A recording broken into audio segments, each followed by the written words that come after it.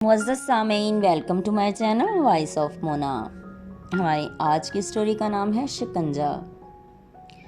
عاشی ایک call centre پر کام کرتی تھی۔ وہ کال سینٹر حبیب کا تھا، جو کہ ایک شادی شدہ انسان تھا۔ عاشی 3 سال سے PCO پر کام کر رہی تھی۔ حبیب اس کا بہت خیال رکھتا، اس کے گھر والوں کی کو جب بھی ضرورت پڑتی ان کی مدد کرتا۔ عاشی بہت زیادہ خوبصورت تھی۔ حبیب بھی پٹھان تھا اور خوبصورت بھی تھا اور پڑھا لکھا بھی۔ وہ عاشی کو پسند کرتا تھا۔ عاشی جانتی تھی اس بات کو، اسی وجہ سے وہ وہاں کام نہیں کرنا چاہتی تھی، لیکن حبیب نے ان کی غربت کا فائدہ اٹھا رکھا تھا۔ ان کو اتنا مقروض کر لیا تھا کہ وہ لوگ بے بس ہو چکے تھے۔ عاشی کا باپ معذور تھا اور بھائی شادیاں کر کے علیحدہ ہو چکے تھے۔ عاشی مجبور تھی، اسی لیے کام کر رہی تھی۔ جب وہ جاب چھوڑنے کا کہتی، حبیب پیسوں کا تقاضا کر دیتا، وہ پھر خاموش ہو جاتی۔ آج حبیب معمول کے مطابق PCO کھول کے بیٹھا تھا جب وہ پہنچی۔ عاشی اپنی سیٹ پر بیٹھ گئی۔ اس علاقے میں یہ واحد کال سینٹر تھا، لوگ آنے لگے۔ حبیب بھی سارا دن یہی ہوتا، کبھی باہر جاتا تو عاشی سب سنبھالتی۔ رش بہت زیادہ تھا۔ حبیب دوپہر کا کھانا اس کے ساتھ ہی کھاتا تھا۔ آج بھی حسب معمول اس نے کھانا منگوایا۔ عاشی، میں نے کچھ سوچا ہے۔ کیا سوچا ہے سر؟ کچھ نہیں، بتا دوں گا۔ وہ کھانا کھانے لگے۔ عاشی نے کھانا ختم کیا، اٹھنے ہی لگی کہ حبیب نے اس کا ہاتھ پکڑ کر واپس بٹھا لیا۔ میں نے آپ کو 1000 بار منع کیا ہے کہ مجھے نہیں اچھا لگتا یہ سب۔ مجھے تو اچھا لگتا ہے، آپ کی بیوی ہے، بولو تو چھوڑ دوں۔ کیوں؟ میں نے تو ایسا کبھی نہیں کہا۔ آپ برائے مہربانی اپنا گھر سنبھالیے اور مجھے بھول جائیے۔ میں صرف اور صرف ایک ورکر ہوں آپ کے پاس، نہیں تم میرا سب کچھ ہو۔ نہیں، غلط فہمی ہے آپ کو، کچھ عرصے کے بعد یہ بھوت اتر جائے گا۔ ٹھیک ہے، چیک کر لیتے ہیں کون غلط فہمی کا شکار ہے۔ حبیب باہر چلا گیا۔ عاشی پریشان تھی، کیا کرے؟ حبیب شادی شدہ نہ ہوتا تو وہ اس کے بارے میں سوچا بھی جا سکتا تھا، لیکن اب تو ناممکن تھا۔ عاشی کی سوچ مختلف تھی۔ وہ سوچ رہی تھی کہ حبیب نے آ کے اسے ہلا دیا۔ میرے بارے میں ہی سوچ رہی تھی نا؟ نہیں عاشی، تم بھی میرے بغیر نہیں رہ سکو گی۔ جی نہیں، ایسا کچھ نہیں ہے۔ ٹھیک ہے، کل سے میں نہیں آؤں گا، تم ہی سنبھالنا سب کچھ اور پیسے بھیج دینا مجھے۔ پھر وہ واقعی نہیں آیا۔ عاشی کو پریشانی ہو رہی تھی کیونکہ یہاں طرح طرح کے لوگ آتے تھے۔ حبیب کی موجودگی میں وہ تحفظ محسوس کرتی تھی، لیکن حبیب سے ہی ڈرتی تھی۔ 2 دن میں اس کی بس ہو گئی۔ اس نے خود کال کر کے حبیب کو بلا لیا۔ دوسرے دن وہ آ گیا۔ ہاں، کیا ہوا میڈم؟ دل نہیں لگانا میرے بغیر؟ وہ ہنس دی۔ نہیں، یہاں دل لگانے والے بہت آتے ہیں اور سارا دن ہی کوئی نہ کوئی دل والا آیا ہوتا ہے، اسی لیے آپ اکیلے کو برداشت کرنا آسان ہے، زیادہ دل والوں کو میں برداشت نہیں کر پاؤں گی۔ دونوں ہی ہنس دیے۔ عاشی کا مزاج یکسر بدل چکا تھا۔ اس نے شاید خود کو حالات کے حوالے کر دیا تھا، اس کے علاوہ اور کوئی راستہ بھی نہیں تھا۔ اب حبیب کوئی حرکت کرتا تو وہ برداشت کر لیتی۔ اب وہ بھی شاید عادی ہوتی جا رہی تھی۔ وہ دونوں ہی کرسیوں پر برابر بیٹھے ہوئے تھے۔ حبیب اسے اپنی ملکیت سمجھتا تھا۔ اکثر لوگوں کو یہی پتا تھا کہ وہ حبیب کی بیوی ہے۔ آج صبح وہ لیٹ ہو گئی۔ اس کی طبیعت خراب تھی، اس کا چہرہ بخار سے سرخ ہو رہا تھا۔ حبیب بھی اسے دیکھ کر پریشان ہو گیا۔ چلو تمہیں پہلے میڈیسن دلاؤں؟ نہیں، آ جائے گا آرام۔ پھر رش بڑھ گیا، وہ کام میں مصروف ہو گئے۔ حبیب نے خود ہی اسے کوئی میڈیسن لا دی۔ کھا کر وہ پھر کام میں مصروف ہو گئی۔ دوپہر کا ٹائم تھا۔ عاشی اٹھ کر اپنی چیئر کے پیچھے ہی زمین پر لیٹ گئی۔ حبیب نے کہا، تم گھر چلی جاؤ۔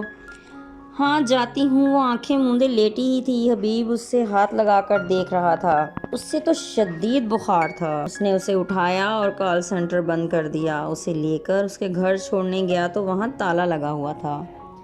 وہ لوگ شاید کہیں گئے ہوئے تھے۔ عاشی کے پاس دوسری چابی تھی۔ وہ گھر میں داخل ہو گئے۔ حبیب رک گیا۔ عاشی کی طبیعت کی وجہ سے اس نے کہا، تم جاؤ، لیکن وہ نہیں گیا۔ عاشی بیڈ پر لیٹی ہی تھی کہ حبیب باہر چلا گیا۔ وہ اس کے لیے کھانے کے لیے بریڈ اور میڈیسن لایا، اسے کھلائی۔ رات کافی ہو چکی تھی، وہ وہیں رک جانا چاہتا تھا۔ عاشی تو بخار سے نڈھال تھی، وہ لیٹ گئی، شاید غنودگی میں تھی۔ حبیب اسے دیکھ رہا تھا، وہ اس کے پاس ہی بیٹھا تھا۔ وہ کوشش کر رہا تھا کہ چلا جائے، خود کو سنبھالے، لیکن وہ نہیں کر پا رہا تھا۔ وہ بھی وہیں لیٹ گیا۔ اچانک عاشی کی آنکھ کھلی، وہ پسینے سے بھیگ چکی تھی۔ بخار شاید اتر گیا تھا، لیکن نکاہت تھی، اس کا سر حبیب کے بازو پر تھا۔ وہ بھی سو رہا تھا۔ عاشی اٹھنے لگی تو وہ بھی جاگ گیا۔ کیا ہوا؟ کچھ نہیں، آپ گئے نہیں گھر؟ نہیں، تمہیں چھوڑ کر جانے کو دل نہیں کیا، بہت مشکل ہوتا ہے کسی کا تمام عمر ساتھ دینا۔ میں دوں گا، ہاں یقین ہے مجھے۔ آج آپ نے میرا فائدہ نہیں اٹھایا۔ اٹھا سکتے تھے، لیکن آپ نے نہیں کیا ایسا۔ ہاں، لیکن اس کی وجہ ہے، تم مزاحمت نہیں کر سکتی تھیں اسی لیے، ورنہ شاید کچھ کر ہی لیتا۔ وہ مسکرا دی۔ آپ نے جکڑ لیا ہے مجھے اپنے شکنجے میں مقروض کر کے۔ اس نے کہا، جاؤ، معاف کیا تمہارا قرض، میں آزاد ہوں، پھر جاب چھوڑ دوں؟ کیا مطلب؟ مطلب یہ کہ میں اب نہیں آؤں گی۔ حبیب کا چہرہ بدل گیا ایک دم۔ وہ سمجھ رہا تھا کہ عاشی چھوڑنا چاہتی ہے۔ اس کی آنکھوں میں حیوانیت آ چکی تھی۔ میں تمہیں نہیں چھوڑوں گا، کسی قیمت پر بھی نہیں، کسی کے لیے تو بالکل ہی نہیں۔ وہ عاشی کو اپنے بازوں میں جکڑ چکا تھا۔ وہ اسے روک رہی تھی، لیکن شاید اس کی انا کو ٹھیس پہنچی تھی۔ عاشی اس سے معافی مانگ رہی تھی اور بول رہی تھی اس کو کبھی نہیں چھوڑے گی، لیکن شاید اس کا یقین ٹوٹ گیا تھا۔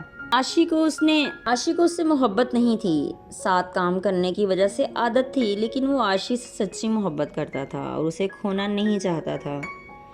عاشی روئے جا رہی تھی اور وہ اپنے احسانات گنوا رہا تھا۔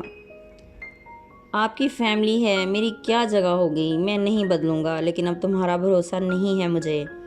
عاشی خاموش ہو گئی اور خود کو اس کے حوالے کر دیا۔ رات گزر گئی، لیکن ان کی زندگیوں کو بدل گئی۔ صبح وہ حسب معمول تیار ہو کر گھر سے نکلے، گاڑی کچہری کے آگے جا رکی۔ یہاں سے کیا لینا ہے سر؟ کچھ دیر کے بعد وہ کورٹ میرج کر چکے تھے، واپس پی سی او پر تھے۔ حبیب کا رویہ بدل چکا تھا۔ عاشی پریشان تھی، مصیبت در مصیبت، کسی کو نہیں پتا تھا اس کے ساتھ ایک دن میں کیا کیا ہو گیا۔